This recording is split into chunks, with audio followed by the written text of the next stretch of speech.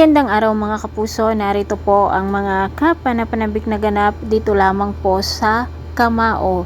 Dahil nga nang malaman ni Makmak kay Chloe na maraming effort na rin ang ginagawa ni Nonoy tungkol sa kanya at laging sumusuporta sa kanyang pangarap na maging boksingero, ay nakapag-isip si Makmak at agad nga niyang pinuntahan si Nonoy upang kausapin ito. Dahil nga walang coach na makukuha si Nonoy para dito kay Makmak, at hanggang ngayon nasa ospital pa rin ang kanyang lolo Domeng dahil nga po sa pagkasaksak sa kanya. Ngunit buti na lang nahuli na ang taong sumaksak dito at nakakulong na ngayon. Tuwang-tuwa nga ang lola ni Makmak, pati na rin si Makmak nang malaman nila na nahuli na nga ang taong may sala. Pumunta nga agad si Makmak dito kay Nonoy at sinabi nga niya na wag na siyang maghanap ng magiging coach niya dahil nga siya na mismo ang gusto niyang maging coach.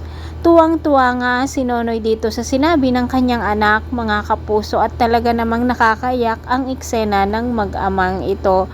At talagang napakaganda at napakagaling nilang dalawa nga mag-handle ng story nitong Kamao. Dahil nga magaling si Nonoy dito sa pagboboxing, ay agad siyang umuo dito kay Makmak na siya na ang kanyang maging coach.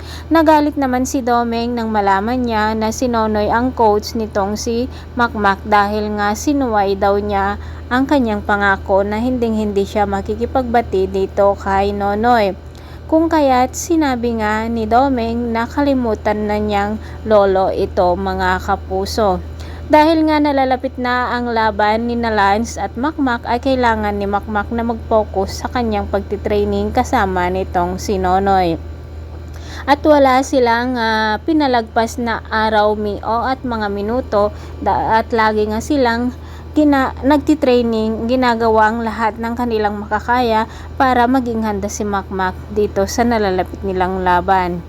At dito na nga magaganap ang labanan ni Lance at Makmak, mga kapuso, at ito rin ang araw na kung saan ay uuwi si Nadia. At hindi alam ni Makmak na nanonood nga si Nadia dito sa kanyang anak na si Makmak habang nakikipaglaban ng boxing dito kay Lance. Sana hindi mandaya si Lance, mga kapuso, no? At sana nga si Makmak ang manalo dito sa kanilang pagtatanghal sa boxing. Mga kapuso, pakaabangan po natin ang bawat eksena dito lamang po sa Kamao. Maraming salamat sa walang sawang pagsubaybay. God bless.